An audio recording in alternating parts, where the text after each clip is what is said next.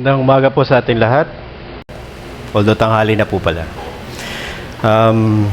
Happy Lord's Day. Happy Lord's Day. Yung mga salita sa atin ng ating mga magulang,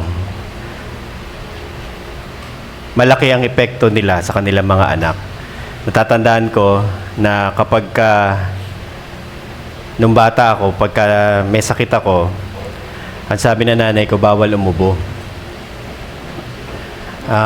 Bali sa bahay, ang isa sa mga golden rule, kapag nauubo ka, kailangan pigilan mo. So, natuto ako nung lumalaki ako sa bahay na hindi ako umuubo. Namumula na ako, yung mukha ko, pero pigil na pigil ako, hindi dapat umuubo. Bawal umuubo. And I think God has a sense of humor kasi yung asawa ko, basta ang prinsipyo naman sa buhay, sa bahay namin, basta kapag makate, iubo mo. Kahit na anong mangyari, basta maubos na lahat, basta kailangan wala ka nang iuubo. Ganon sa bahay namin. And I think, it shaped me na kahit na nung bata pa ako, nanay ko yung nagsabi sa akin, dahil bawal nga umupo sa bahay, pag umuubo sila sa bahay naman namin ngayon, hirap na hirap ako, parang hindi ko kaya yung sarili ko. Kasi nga, hindi ko nakakalimutan yung mga habilin sa akin na nanay ko. And hindi naman lahat ng hinahabilin sa akin na nanay ko weird or, alam mo yun, mga bagay na hindi dapat gawin. Meron siyang isang habilin sa akin na hanggang ngayon, na-apply ko pa rin. Yun yung, kung wala kang magandang sasabihin, huwag ka na lang magsalita. Kung wala kang magandang sasabihin, huwag ka na lang magsalita. Related yun doon sa kasabihan na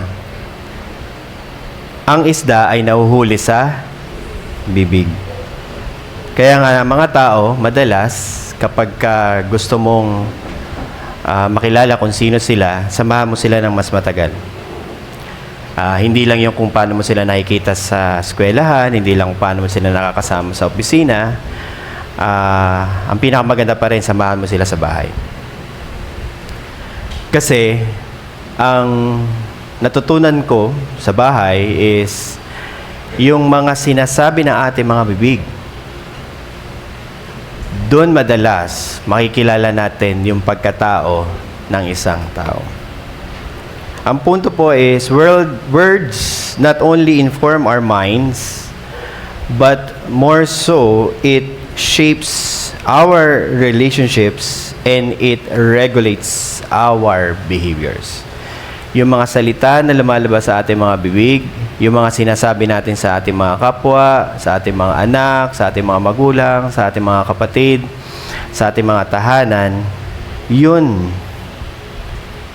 ang lumalabas na nagpapalago sa kanila. And most of the time, we are not careful with our words. And James, as our preacher for this Lord's Day morning, this afternoon, reminds us and continues to remind us with the inspired word that the words that we speak is part of our sanctifying duty.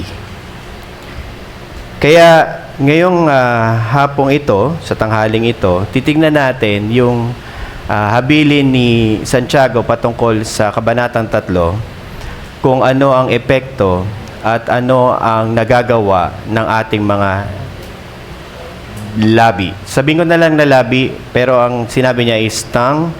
So basically, wala namang pagkakaiba yun. Tongue, labi, it's a synecdoche wherein the part is representing the whole. So essentially, that's what it is. So either we say tongue, labi, bibig, o ano yung lumalabas sa ating mga bibig. Yun po yung ibig natin sabihin. And James devoted half of chapter 3 just to focus on that. And then we will see, okay, ano ba ang nagagawa ng ating mga labi, ng ating mga dila, ng ating mga bibig? Well, there are two things which will be the outline of our preaching. One, there is an instructive control that we are ought to do in our duty for sanctification. And then we have to be mindful, the second one, we have to be mindful of the destructive nature or the destructive influence of our speech. So we will be focusing on both points, and we will conclude by saying, by asking, who can tame the tongue? Sino ba ang maaaring makapag-bridle ng tongue nila? Sino ba ang maaaring makapag-control or makapag-control ng destructive nature ng ating mga labi, ng ating mga bibig? Okay? At malalaman natin na ang tanging lamang makakagawa na yung Espiritu Santo sa ating mga buhay. Kaya nga, marapat na aralin natin siya, marapit na tignan natin siya, alamin natin kung ano mga sinasabi nito sa ating mga buhay, at sa pamamagitan ng pag-aaral ng salita ng Diyos, makikita natin, malalaman natin kung paano natin ito may sasagawa. So, bago po tayo magsimula, tayo muna po ay manalangin. Almighty God, while in a cheerful and quiet state, I call out to you, relying on your protection that may I live in safety, but at the same time, make me careful and alert, lest spiritual lethargy should creep over me, my mind and my thought be drawn away from meditating on you. Instead, may I so earnestly seek you morning and evening at all times, that I may advance through life towards the mark that you have set before me, until at the last I reach that heavenly kingdom which Christ your Son has obtained for me by your own blood. Amen. So the instructive control of speech. Kung maalala natin, yung buong tema o yung buong thematic topics ng James ay mababasa natin sa James 1. So kung meron po tayong mga Biblia at maaari tayo magbasa para sa ating mga sarili, I'll direct your attention to James 1, chapter 1, verses 1 to 7, where it reads, "If anyone thinks he is religious and does not bridle his tongue, but deceives his heart, that person's or this person's religious is worthless. Religion that is pure and undefiled before God, the Father, is this, to visit orphans and widows in their affliction, and to keep oneself unstrained from the world." And I have to remind again and again that as we study this passage, we have to understand na ang ibig sabihin ni James when he said religion, ang ibig niya sabihin doon is yung organic church. Hindi niya pinag-uusapan yung institutional church where we would always say the marks of the true church are the preaching of the gospel, the proper administration of the sacrament, church discipline. Hindi po. Ang pinag-uusapan dito is yung organism o yung individual believers sa loob ng visible church. So, nakala ko ba maraming mga unbeliever at hypocrite sa loob church? Yes, madami. Pero ang focus po natin is yung believer sa loob ng church. And since believer po yung pinag-uusapan, and since organic church yung topic, yung listahan niya ng mga dapat na makita natin sa loob ng church has something to do with the lives of the believers inside the church.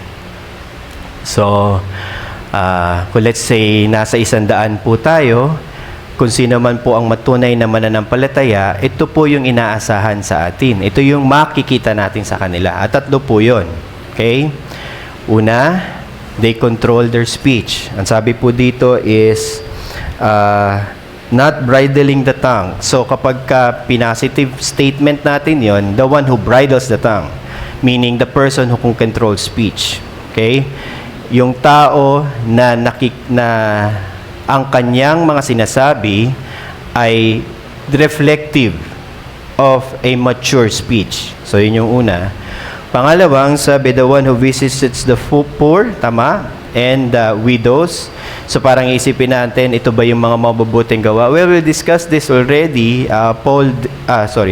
James contrasted this in the second chapter, which we say na, yes, these are the deeds that are expected from a believer, but it must come from true faith. Pero still, pag pinag-uusapan yung visiting the poor, let's not try to moralize it na yung mga nagbibisita lamang sa mga ospital at saka may sakit ang tunay na nagpapakita nito. No, ang sinasabi dito, ito yung mga mananampalataya na consistent yung kanilang ginagawa sa kanilang pananampalatayang ipinapahayag. So ito yung mga tao who hears and do what God says in His Word. Okay? So ito yung hearing and doing. Hindi lang kung ano yung sinasabi, kundi kung ano yung pinapractice. Okay? And if there is inconsistency between the two, then that in itself is a red flag, tama, and not reflective of a mature believer, which we should ought to understand, okay, ito yung mga dapat na makita natin na hindi natin dapat tinotolerate sa loob ng church as leaders, tama, as members of the church. Yun yung pangalawa. And finally, yung worldliness. Pastor, how can you essentially define worldliness, and how can be, is it something that we see, hear, or do? No. Actually, yung kanina is the tongue, meaning the speech. Yung visiting the poor is what you do, which is our deeds. And lastly, yung worldliness, which will be the topic of half of chapter 3, whole of chapter 5, and then continuing. Worldliness is actually a mindset. I'll have more to say about maturity and sanctification pagdating natin sa worldliness, kasi yung worldliness ang harder to detect, because essentially worldliness is mindset, galawan ng ating mga isipan na naipapakita natin sa ating mga buhay. And I'll dwell on that more, Lord willing, kapag napunta pa na po tayo sa topic. But that is not my focus. So I'll focus on speech. Okay? Kasi yun yung chapter 3. Well, essentially, pag mapapansin natin, yung topical, yung thematic topics ni James, nandun na sa verses na yon. So, yung speech, pag-uusapan natin ngayon, yung deeds na pag-usapan na natin doon sa chapter 3, and then yung mind or yung thoughts, okay? Partly na pag-usapan natin sa chapter 1, but maitutuloy natin siya sa worldliness sa chapter 3, half of it, and then chapter 4. Okay. So, I think that sets us, para lang makita natin, okay, so pupunta tayo sa speech. However, so that's the text. However, pag tinignan natin kasi, there must be still a doctrinal guidance for all of us, confessional standard, and the Reformed theology to make us see, okay, bakit kailangan ko mag-focus sa word, thought, and deed? Bakit ang exhortation ni James dito is organic Christianity through religion na pinag-uusapan, yung consistency ng word, thought, and deed? Well, because it stems from a Reformed view which understands how good works come about. So, pag tinanong pa rin natin, good works, there are four things that we must expect for good work to happen. And I believe na-discuss ko to from the perspective of Sarcarius Osinus last time. Hindi ko na na-review pero parang naalala ko, nasabi ko na siya. So, I'll move on from that and add to it what Francis Turretin says about the matter. And Francis Turretin, in his institutes, has set 4 things to be expected coming out from probably early Reformation, kina Ursinus, and then refining this. So I'll try to explain it first bago tayo magpunta doon sa exegesis natin. So 4 po yung ina-expect natin dapat na makita natin para masabi natin that this is indeed good work. Alam niyo po, once that the institutional church has been established, which is what you have right now, hindi ko na po kahit kailan iisipin na hindi po kayo established church. Dati po, ang tingin ko po kasi sa atin, sa Zion, dati pang Trinity, struggling church plant. Ay, wala na po tayo doon, no? Mag-move on na po tayo, hindi na po tayo struggling church plant. Okay? This is already an established church. And since this is already an established church, institutionalized, ibig sabihin, marami ng mga pwedeng maging leaders and members that may necessarily be subscribers of its institutional aspects, but never really understanding the organic requirements or understanding the requirements for sanctification or maturity. That's why good works must be talked about. Okay? So there are 4 things that must be expected for a good work to be good work. That there is a principle, a rule, a mode, an end. I think yung 3 na explain ko na, and let's just go through it. The first one is the principle. For good work to be good, it must come out from true faith.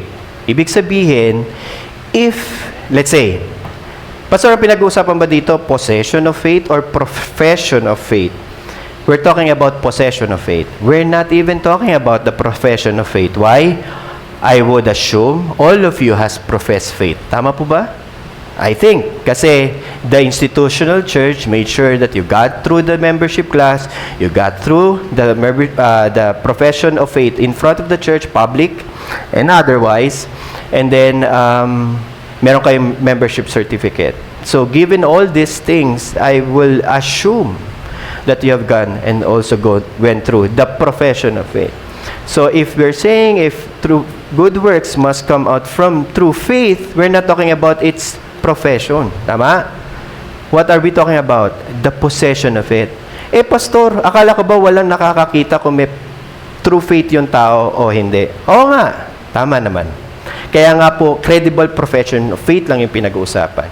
That is why I'm talking about here as an assumption na if we want good works to be good, you, personally, ikaw, must make sure that what you do as a good work comes from true faith. It requires self-examination. Huwag natin tignan sa ating mga sarili na basta nadidispense ko yung mga duty ko, then I am doing good. Okay? Kasi pag ginagawa natin yan, okay, lalabas, we do not understand what good works really is from the Reformed perspective, from the scriptural grounding. Okay? So ako personally, I've been a pastor for 12 years already. Still, the question remains sa akin if I am doing this not by mere profession, the good work, ministry is a good work or is it something that I do because I truly possess the faith? Okay? Because that's a question of election, conversion, and regeneration. The second one is, yes, okay, fine. Probably, let's assume na lang, okay? Pwede naman yun Assume ko, lahat kayo believer or may believer dito. That believer do the good work out from true faith. However, the only way for us to, sasabi natin, hindi natin nakikita yung true faith because no one reads the heart. But there is a regulative principle for determining the goodness of the good of a work, of a goodness of a work. And that is the rule. And what is the rule? It must come from the law of God. So, I think I explained it, na not everyone came out from a Christian family, tama? So I would say, can I assume half of you grew up in a non-Christian family? And growing up in a non-Christian family, wala kayong base value nung ano yung dapat na behavior sa Christian household? Tama, no? Wala kayong understanding na bawal magmura, bawal magsinungaling, kasi naisip mo, si tatay nga, isang damakmak na sinungaling sa bahay, di ba? So, pwedeng ganon yung mindset natin. So, kung di tayo lumaki sa morality ng Christianity, most likely lose yung mga morality natin. And then we come to the church, ang sabi natin, basta nananampalataya ako, okay na. Hep. Because while I cannot challenge if whether or not you have possession of faith, I can challenge your understanding of the law of God. So a believer, in order for them to be mature, in order for them to reflect maturity, I must be able to understand, why are you doing these things? Bakit mo ginagawa itong bagay na ito? Now, ang mahirap po sa ating mga Pilipino, may communal, ano po tayo to our detriment and to our ano naman din, for our blessing. Pero, ang inisip natin, basta andyan si mami, andyan si daddy, andyan yung mga kaibigan ko, or sinabi ni pastor, then it must be good. Tama, no? Must be good. However, the requirement is not that you hear it from others that it is good. No. The good that makes the good work good is that you've been convicted from the very words of God, from studying it yourself. Pastor, ibig sabihin, hindi ako mag-aaral at hindi ako makikinig sa iba. No.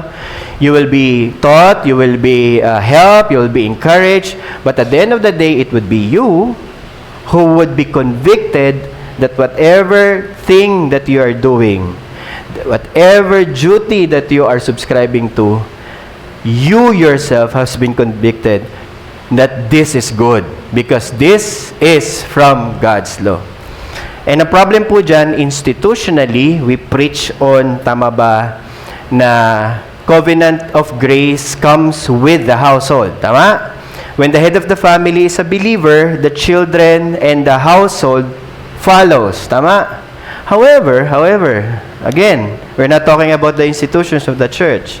We're talking about the organism. Baka makalimutan natin that we are not aiming at them just simply being here. One of the things that are the strength, or I would say the strength of this church is that mataas ang relational stickiness po ninyo. Meaning, kapag andito ang nanay at tatay, malaki ang chance na nandito ang mga magulang. Kapag nandito ang mga kaibigan, sure ako, susunod, pag napunta dito ang isang binata, sigurado ako may susunod na dadating dyan, binata din, kaibigan niya. And then susunod dyan, may binata, therefore may dalaga, tama? At sasama po yan. So nagkakaroon na po yan ng social circle, mataas yung stickiness ng church. Kaya lang, nagkakaroon po ng certain assumption in each of our social circles na since I'm identified, I'm already there, then they're doing it, di ba? Then I might as well do it, therefore I'm doing the good. Hindi po. You're only imitating what is good. But imitation is not coming from the proper understanding of what God requires. The law of God is the standard of moral living. Since it is the standard of moral living, then you should be able to understand it from His Word.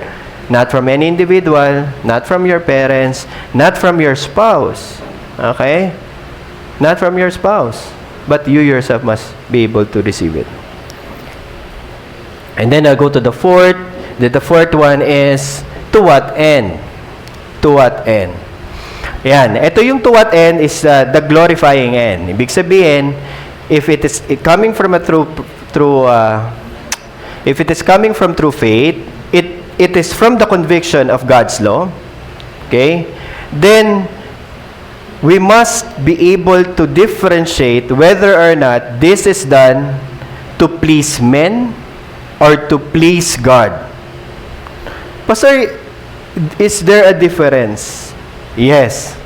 Pastor, will I be able to do something na pure in terms of intention and motivation? No. No, there is no such thing. If you're waiting for a pure motivation and intention and second-guessing yourself whether or not to do something, okay, wala kang gagawin. That is why it is important for us to always understand that mixed motives exist. Mixed motives exist. Huwag na tayong lumayo sa ministerial pulpit, sa pulpit preaching. Since matagal na po kayong Kristiyano, ano sasabihin ko? Siguro mga ilang taon na? Half of your life, Kristiyano na kayo, siguro. You've gone through all pulpit and Lord's Day preaching. So, anong laging common problem pagdating sa pastoral ministry? Most of the time, yung pastor itself, tama? Yung morality ng pastor, yung character ng pastor, tama? And most of the time, as believers and even Filipino Christians, we're very forgiving to the character of the pastor. Minsan, as long as magaling siya magsalita or mabait naman siya, kung meron man siyang moral issue, sabihin natin, alam mo yun, hindi naman perpekto ang tao. Para ako naman, oo nga, kaya lang, mali po yun eh. So, yun yung glorifying end. Hindi natin nakikita yung motibo nila, so we always say, okay, pwede naman yan. Forgivable. Pero for every good work, for it to be good, it must be towards a goal or an aim of glorifying and doing it not for the eyes of men, but for the audience that is God and God alone. And marami na ako pwedeng sabihin na pero tatagal. Pero bottom line, no one can question your motivations, okay? Kasi those are the things na naka-hide. Pwedeng dual motivation yung pastor, ginagawa niya ito primarily so that he can be recognized, or pwedeng ang elder para ma-uplift yung self-esteem niya, okay? Merong ganon. Pero dun mo nga makikita na if it's only done for the eyes of men, then it's not God glorifying, therefore it's not qualified as a good work.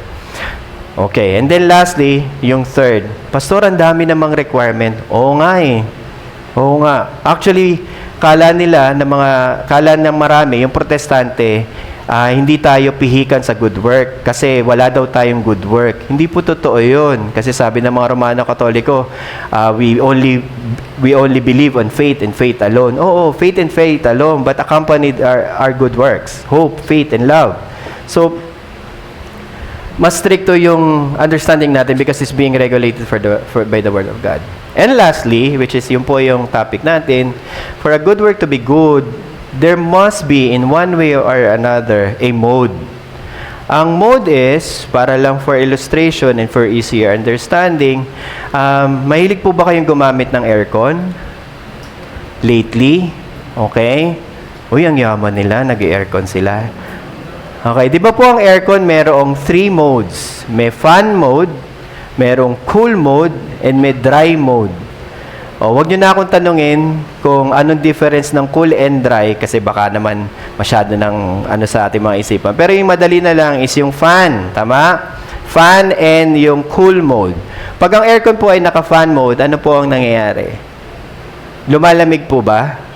May hangin po ba muna? Lumalamig po ba? Hindi. So, nag-ooperate po yung fan pero hindi po nag-ooperate yung compressor. Pero pag nag-on ka ng cool mode, nag-ooperate po ba yung fan? Lumalamig po ba? Tumataas po ba yung bill nyo sa Meralco? Oo. So, yun ang cool mode.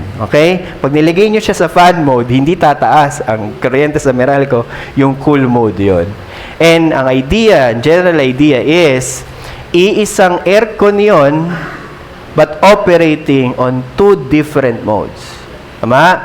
Yung isa matapig sa kuryente, pero hindi nakapagpapalamig. Yung isa nakapagpapalamig, pero grabe yung resulta sa kuryente. So, doon sa dalawang mode na yon, we have to understand na iisa lang yung nag-ooperate. Ganon din po sa individual Christians. Ang requirement po sa atin for good work to be good is that hindi ito ginagawa lamang, okay, ng ating mga behaviors or yung ating mga deeds. Hindi pwedeng naiisip lang natin ito. Kasi pwedeng I'm with you by spirit, but I will not be with you in my life or in my presence. Which is lagi ganun, pagka prayer. Hindi, bibisitahin kita but I'll pray for you. Okay? I'll just pray for you. Pwede yun sa marami, pero lalabas, it's not a mode that is qualified. Because for the mode to be a real or a true mode, okay, it must be all true that this good work that you're doing. One, coming out from a true faith. Second, must be done in accordance to God's law. Lastly, it must be aiming to please God. But yung mode itself, it must be consistently coming out from a true, good thought, good speech, and a good deed. Thought, speech, or thought, word, and deed. Tatlo, pastor. Kailangan consistent. Oo. So, halimbawa, thought lang at saka word lang. Pwede po ba yon without the deed? Hindi po. Pwede ba na deed lang, walang thought, walang word? Hindi po. So, either way, the three must be present. The three must be present. In order for the good work to be qualified as good, all three must be present. So, na-discuss na yung inconsistency between word and yung deed. Sa chapter 2 natin yung diniscuss. Madidiscuss din natin sa worldliness yung actions natin, okay, and yung thoughts natin. But for now, we'll be focusing specifically, okay, on the word. Yung mga speech na lumalabas sa ating mga bibig. Okay. Let me raise the question, why is it important for us to control our speech? Because the instruction for the thought, okay, it must be consistent with our deed. Pero the instruction for our speech is different. The key term is control. A person who is able to control his tongue is the mature one. Okay? The person who is able to control the tongue is the mature one. And like I said kanina, words not only informs minds, okay, but shapes relationships and more so regulates our behavior. And the second point that I would like to make about speech is that words has matter. Ulitin ko po. Words has matter. Ang problema po natin sa Filipino culture, which is problema po natin talaga to, we do not designate value to our words. Kung lumaki po kayo sa isang very heavily moralistic family sa mga Pilipino, at sasabihin, mahal kita, pero pinapakita ko lang sa aking paggawa. Kasi ganun po ako. Tatay ko po, may daddy issues po kasi ako eh. Tatay ko po, never po nagsabi sa akin ng I love you. Because of that, tanungin niyo po yung 3 boys ko. Bugbog yan ng I love you. Very, ako sa words eh. And dun po nagkakaroon ng imbalances. Kasi, dahil lumaki tayo sa isang pamilya na very showy lang sa deeds, but hindi sa speech, ang problem is, yung speech is loose most of the time sa bahay. Isa sa mga ugaling Pilipino po, kapag hindi po tayo nababantayan, ang mga dila po natin matatalas. Actually, baka po, para sa akin comparing to other culture, let's say ang mga Hapon, ay grabe. Hindi sila nagsasalita talaga unless necessary, di ba? Pero hindi ibig sabihin na wala silang gustong sabihin. It's just that they have this very tight control of their speech. Pero pagdating po kasi sa bahay, sure po ako, okay, na yung mga hindi natin sinasabi at hindi natin ipinapakita dito sa church, makikita at maririnig mo sa bahay.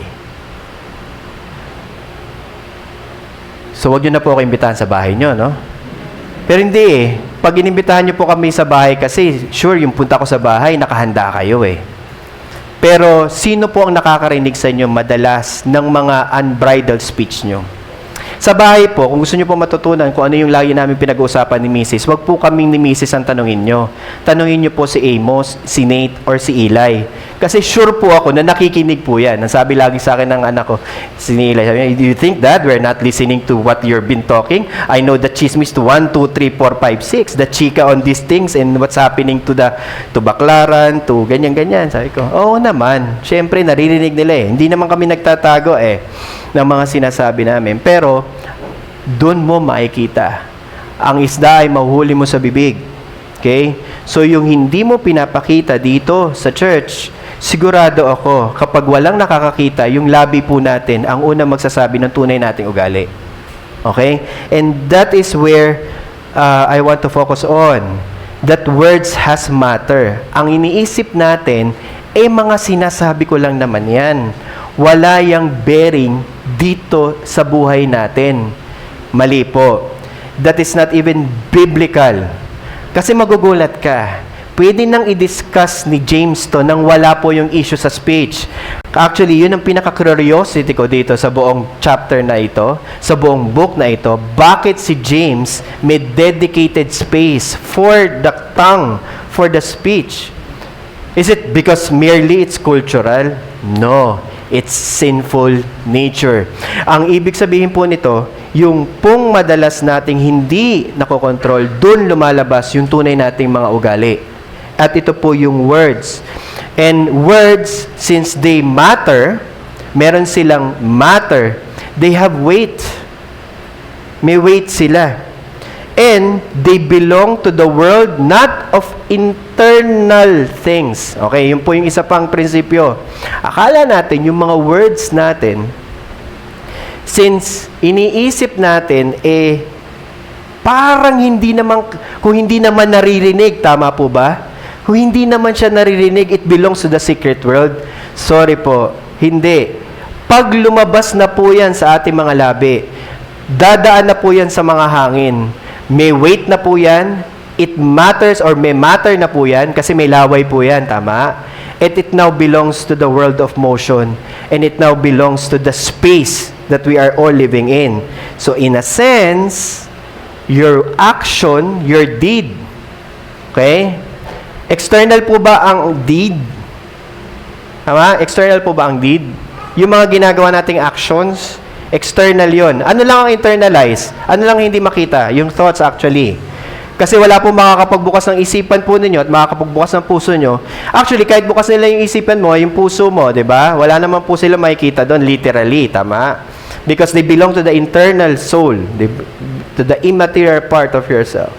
Pero words, we often assume na internal yon. Mali po yon.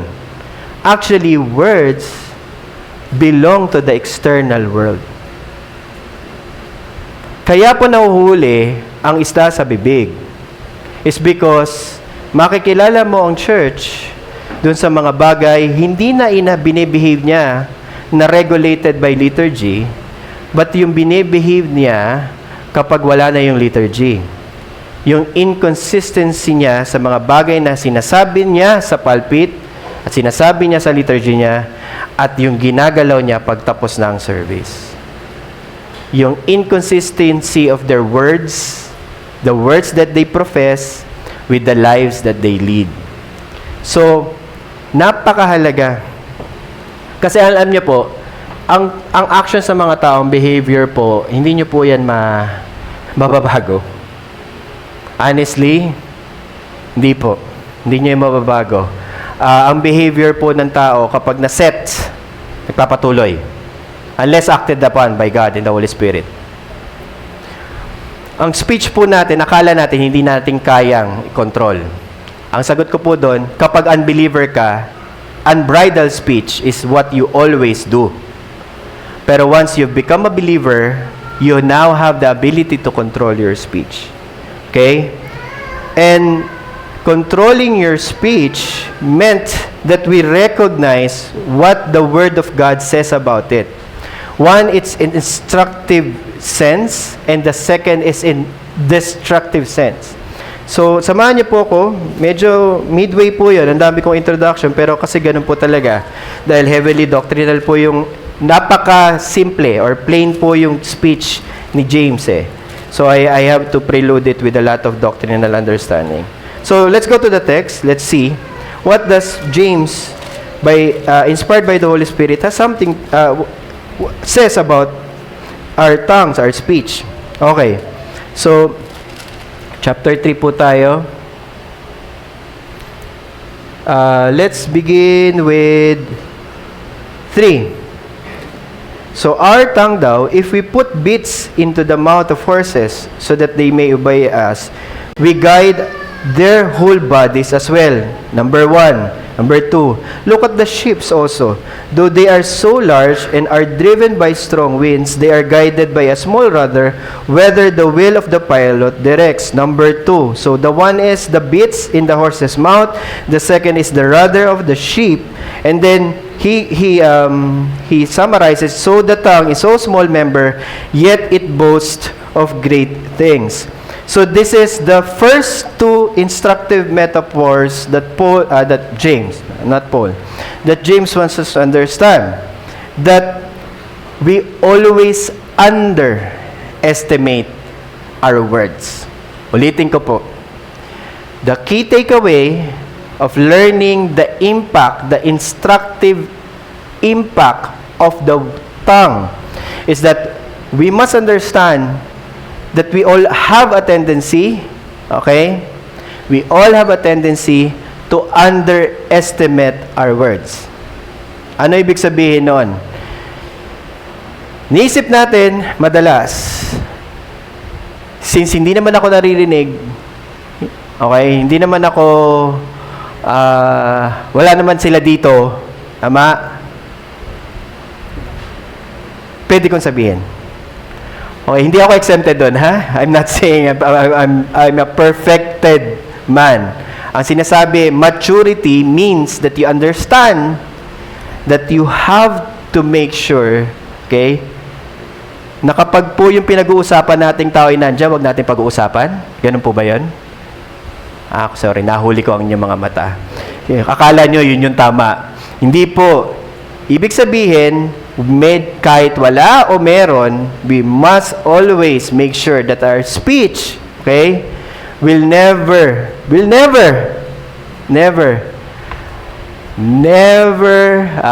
falsely testify against a believer. So, ibig sabihin, we have to put premium, okay, to the understanding that even if gigil ka na gusto mo nang pag-usapan yung isang matter, okay, kapag ito hindi naman para sa yung pag-usapan, as a mature believer, you must be able to end it there. End it there. Ano ibig sabihin? Kapag ka, okay, ang nangyayari po ay may chismis sa loob ng church, okay, na hindi naman dapat nagiging public. At kinausap ka ni kapatid A. Sorry, hindi ko alam po. I'm just aiming. Wala po akong sinasabing nagchismoso po kayo. Huwag po kayong guilty. Okay? Hindi ko po sinasabi yon. Ang iniisip ko lang po is, generally speaking, kapag po may isang chismis, okay, at dinala ni kapatid A tungkol sa ibang tao at sinabi sa'yo, okay, as a mature believer, you should let that chismis die there, right there and then. It should never be anymore repeated.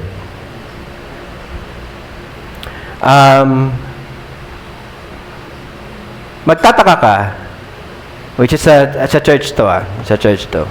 Magtataka ka, hindi naman lahat member ng consistory. In our church evangelical, tawag namin concilio eh. Magtataka ka, hindi naman lahat member ng consistory, hindi member ng konsilyo. Tama? Pero pagka meron pong nangyari sa isang kapatid, alam ng lahat ng member. Magtataka ka, saan ang galing yun? Tama ba? Saan ang gagaling yun? Di ibig sabihin uncontrolled speech. Tama? And if that's happening in an institutional sense, tama? Then we would understand that it should also be happening in an organic sense among believers. Okay? That is why we have to make sure that we have to be very, very aware. We have to put weight on this to preserve the dignity and the respect of an individual member of the church by not engaging with unnecessary gossip. Okay. So that would be, why, Pastor? Bakit kailangan kong maintindihan na hindi ako dapat nag-i-engage doon? Well, primarily because your words matter. Your words matter. Well, sige, wag na lang dito. Kasi sabihin niya, Pastor, hindi naman chismoso mga taga Zion Cornerstone. Hindi na lang sige sa bahay, dito, sa bahay niyo. Sigurado ako sa mga kamag-anak natin. Sino ba ang nagpunta nung last Holy Week na umuwi sa probinsya nila at ang daming bawang chismis tungkol sa pinsan nila, sa pamangkin nila at sa mga kamag-anak nila? Okay? It's primarily because, di ba, tangay natin yon and nadadala natin yon sa church. And what we're being instructed here by James, no. A mature believer must be able to understand the weight of their words. The weight of their words. So, yun po yung direct control.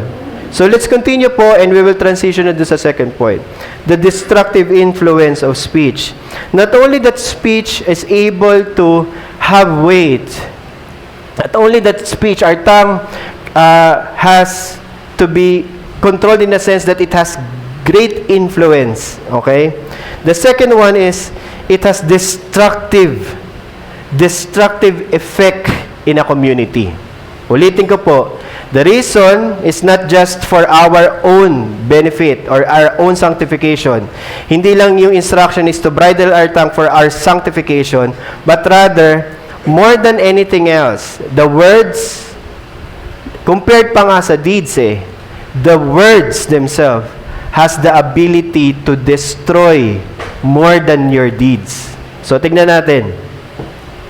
Ang sabi dito sa half of verse 5, how great a forest, so pangatlong metaphor, forest, is set ablaze by such small fire. Negative na po ito, kasi ibig sabihin, maliit na usok, di ba, will spread like fire. And the tongue is a fire, sabi po ni James. So, ibig sabihin ba dito, totoo na maanghang po ang ating mga labi? Hindi po. Ang sinasabi lang dito, metaphorically, it's like a fire. Okay? A word of unrighteousness. The tongue is set among the members, straining the body, setting the fire, the entire course of life, and set on fire on hair. Nakita niyo po yung progression. Okay, una muna dun sa members, then the entire course of life, and then the eternal destiny in hell. Okay? It meant that the progression of a single word set that is malicious enough, okay, can set everything on fire and bring your soul to hell. So, yun po yung sinasabi dito. So, that's the fire. Third, so, second dun sa second point. So, fourth na to. For every kind of beast, birds, reptiles, sea creatures can be tamed and has been tamed by mankind. And then, ito po yung thesis ni James. This is the center. But no human being can tame the tongue. Bakit siya thesis? Nasa gitna na siya. Tama po ba? Pang-apat, 7 po ito Yung gitna po, kasi, anyway, basta bottom line, nasa gitna. So, nasa gitna po yung thesis. Ang thesis niya is the tongue is so restless that no human being can tame it. Can tame it. Naalala ko si Daddy. Pwede, hanggang ano oras po ba tayo? Sorry. Eh, kasi late din tayo eh. So, ano oras ba tayo simula? Hindi ko na maalala. Pero anyway, si Daddy. Si Daddy po, pastor. Tama po ba? Alright. And hindi ko lang may kwento yung sarili ko. Baka yung mga anak ko na magkwento. Kasi sila naman nag-observe sa buhay ko. So, si Daddy, napatawag po ako sa guidance council. Sorry. Napatawag po ako sa principal's office kasi meron po nang bully sa akin sa canteen nung high school pa ako, fourth year high school yon. Binuli ako sa canteen. So, pinatawag kami sa principal office. So, syempre, ang pupunta doon, dahil si Mami may trabaho po yun eh. Si Mami ay principal school teacher. Ang pinatawag po, ang pumunta si Daddy. At si Daddy po, kumbaga alumni po ng PCU yun. Graduate po ng PCU. So, pumunta siya ng principal office. Galit na galit si Daddy. Nagsisigaw dun sa opisina. Maya-maya, dahil po yung aking isa sa mga member dati sa Baclaran, teacher din po dun sa school, dumaan siya dun sa principal office, narinig niya, may nagsisigawan. So, na-curious siya, pumasok siya. Tapos patingin niya, si Daddy, pastor namin si Daddy. So, sabi niya, Pastor, ikaw po pala yan. So, naimasmasan ng konti ang tatay ko, tapos namabas si Ate Elba, yung teacher, tapos nagko-continue ulit si Daddy doon galit na galit siya at ano siya doon sa principal's office. And doon mo makikita pastor na yung tatay ko Pero pag nakita mo, dahil nagalit siya, at dahil na siguro, pinatry niya ako ipagtanggol kasi nabully nga ako, and somehow we'll find that understandable, pero doon mo makikita na merong seed of anger doon sa heart ng aking daddy, ng aking tatay. Okay, that he has to deal with his whole life. Tama? Unless he face it or at least understands it. But nakita niyo yung impact sa akin na malaman ko yun. Di ba? That my dad has an controlled speech issue na sa eskwelahan namin. And ang mahirap noon, hindi naman lahat kasi nakikita ang tatay ko na gano'n. Tama? Hindi gano'n. Madala nga si Daddy dito sa kaminsan si Mami. Next time, para makilala niyo sila. Okay. And that's the issue there. It's untamable.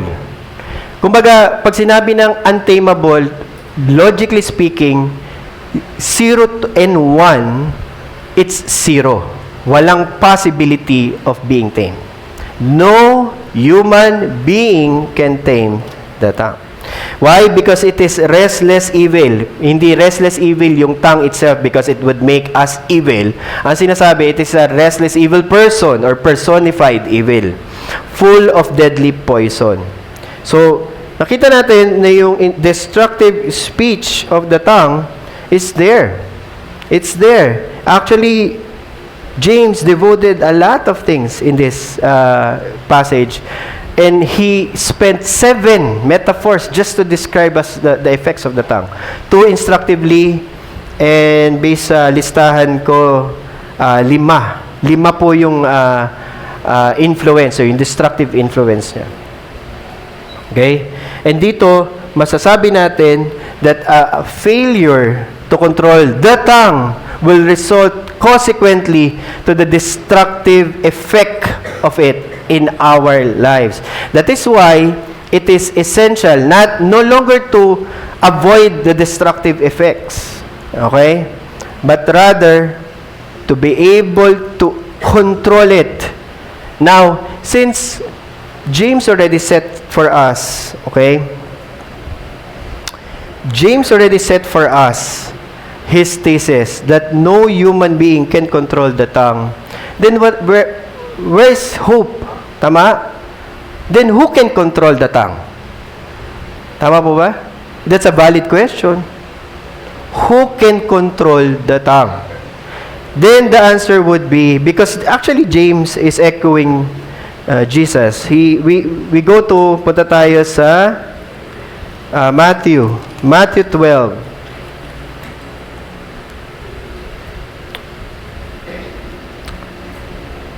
Matthew 12:37. Tama ba? 12:37. Okay. Puntahan na lang natin for context 33. A tree is known by its fruit. Either make the tree good and its fruit good, or make the tree bad or its fruit bad. For the tree is known by its fruit. You brood of vipers. He is talking to the Pharisees, and essentially the Pharisees are guilty of maintaining external ritualistic righteousness. External ritualistic righteousness. And what's being said here, being criticized here, are the Pharisees. So you brood of vipers, how can you speak good when you yourselves are evil? Medyo mabigat po yung paratang na yun, pero bottom line, the heart is nothing but evil. Yun po yung point. Why? Because out of the abundance of the heart, the mouth speaks. The mouth speaks. The good person out of his good treasure brings forth good, and the evil person, the good person out of his good treasure brings forth good, and the evil person out of his evil treasure brings forth evil. Therefore, the only one who can control or tame the tongue is not a human being, but a divine one. Not a human being, but a divine one. Anong ibig sabihin nun? Balik tayo kay James. Kasi si James na yung kumompleto ng thesis para lang malinaw-linaw at hindi na natin siya matanong. Kasi nga, ano ibig sabihin Jesus? Di ba? Ang sabi ni James, balik tayo doon. So, 3. Okay. 9. With it, which is the tongue, we bless our Lord the Father. With it, we curse people who are made in the likeness of God. From the same mouth comes blessing. From the same mouth comes blessing and cursing. My brothers, these things ought not to be so. Ibig sabihin po, ganito, para balanse. Kasi mamomoralize natin to. So, when you are an unbeliever, everything that comes from your mouth will sounding good or apparently good, since the root or the heart is evil, meaning unconverted, therefore unregenerate, whatever comes out of our mouth will inherently be evil, not good. That's an unbeliever.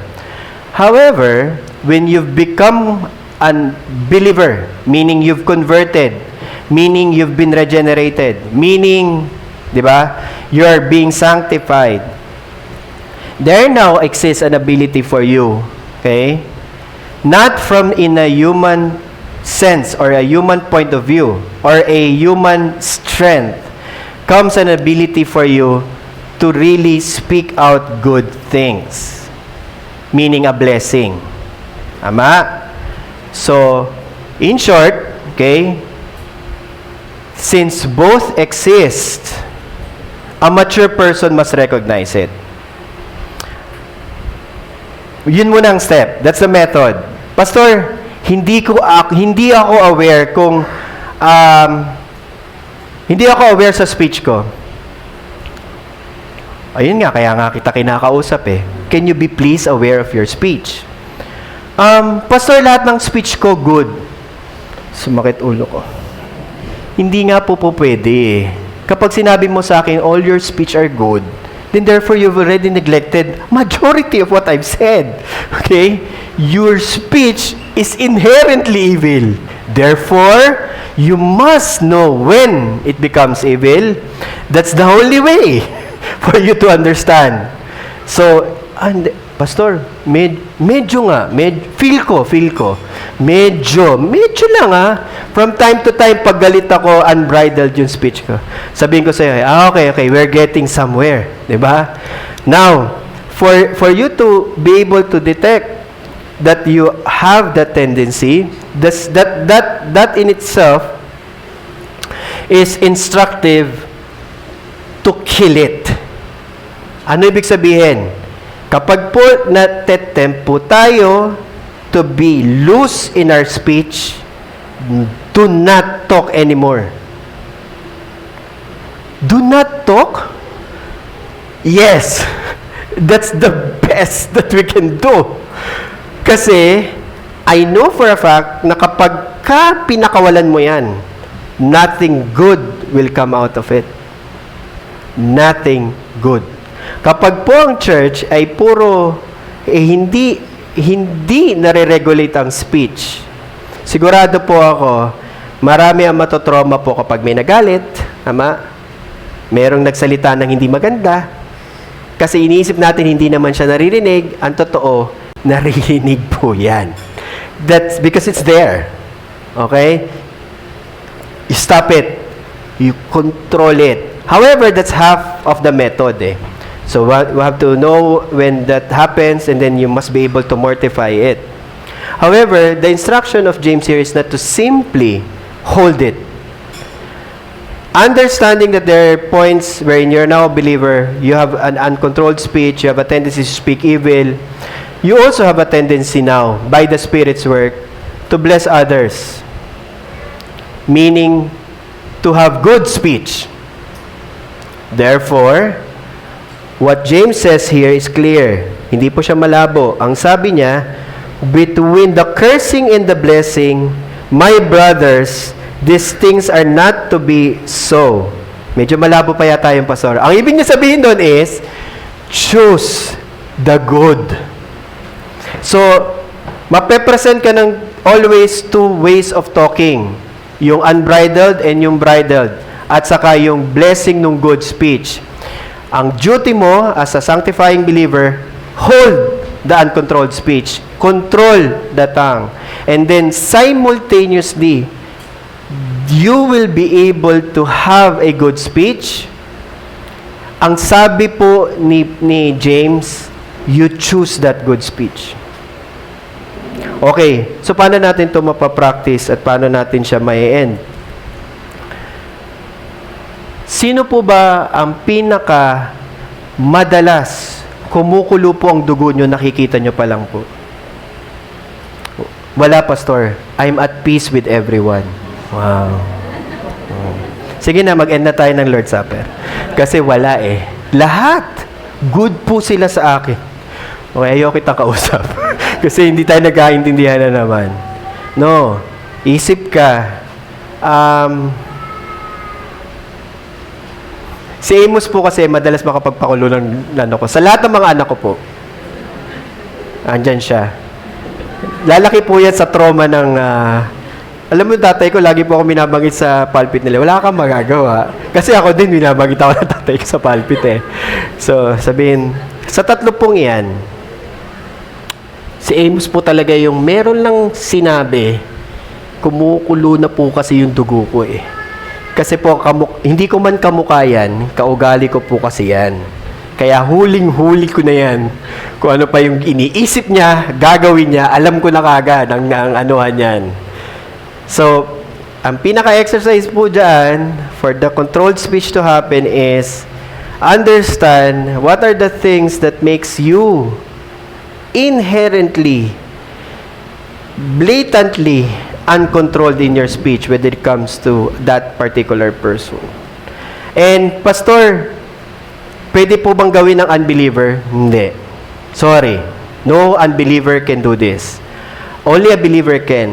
And the reason why madalas pong kumukulo po ang dugo ko kay Amos lately for my own contemplation in life, no? Is because I always assume the worst in him.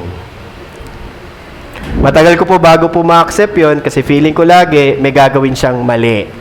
Therefore, I have to always catch myself na hindi ako niloloko ni Amos. Kahit madalas niya akong lokohin. Meron siyang mabuting gustong ipagawa sa akin. So, I will always assume the best. So, yun yung method. The Holy Spirit will guide you to detect it kapag ka nangyari na po na meron kang uncontrolled speech. Suppress it, meaning kill it. Then, the Holy Spirit will guide you to instructively know ano yung dapat mong sabihin that would guide you to blessing the person rather than cursing him. Blessing kasi yung cursing yung sinabi po dito eh. And that would be the speech that is being talked about by James here. Alright. And I know it's been so personal. I've been so personal to you. I shared to you my family. I shared to you my life. I shared to you. Wala akong tinatago. Meron naman. Imposibleng wala. May mga tinatago ako sa inyo. Ang sinasabi ko lang, if it matters, if you want to know, I'll tell you. Okay? Because the only way for us to learn from one another, to help us sanctify, kill sin, is to us to share these stories with one another and help one another choose the good over what is wrong. And that, my friend, mga magulang ko't kapatid, is what James are trying to teach here.